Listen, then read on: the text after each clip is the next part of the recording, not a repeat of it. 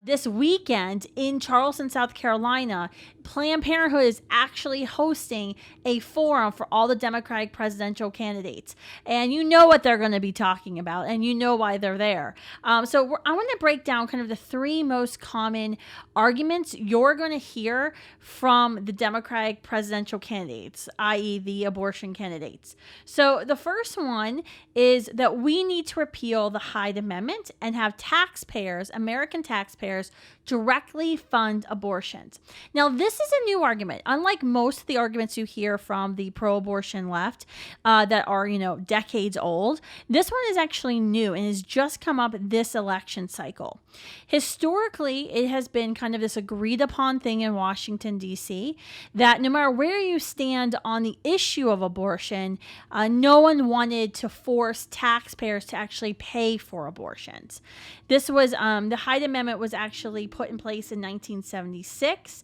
What it does is it prevents dollars for Medicaid, federal Medicaid dollars, from paying for abortions for those who qualify for Medicaid. Medicaid, as you all know, is, a health insurance for those who are unable to afford health insurance. Now, this federal Hyde Amendment, it's called, it's named after Illinois Congressman Henry Hyde.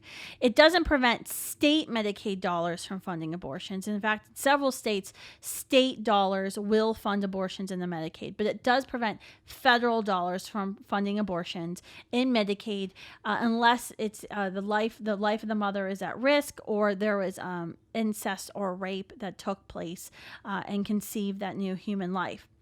So it has been historically agreed upon that everyone was against forcing taxpayers to fund abortions. But that wasn't enough for Planned Parenthood and the abortion industry.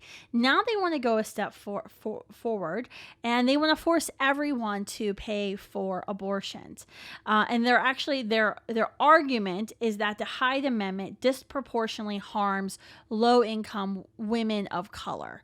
That it's unfair that rich women can pay for their abortions, but low-income women who are on Medicaid can't afford their abortions. Therefore, you're being classist or racist by not supporting the Hyde Amendment. And just to show you kind of the big flip, President Obama, the abortion president, the man who did more than any president in history to advance the abortion agenda, was actually for the Hyde Amendment when he was president of the United States, at least when he ran in 2008 the first time.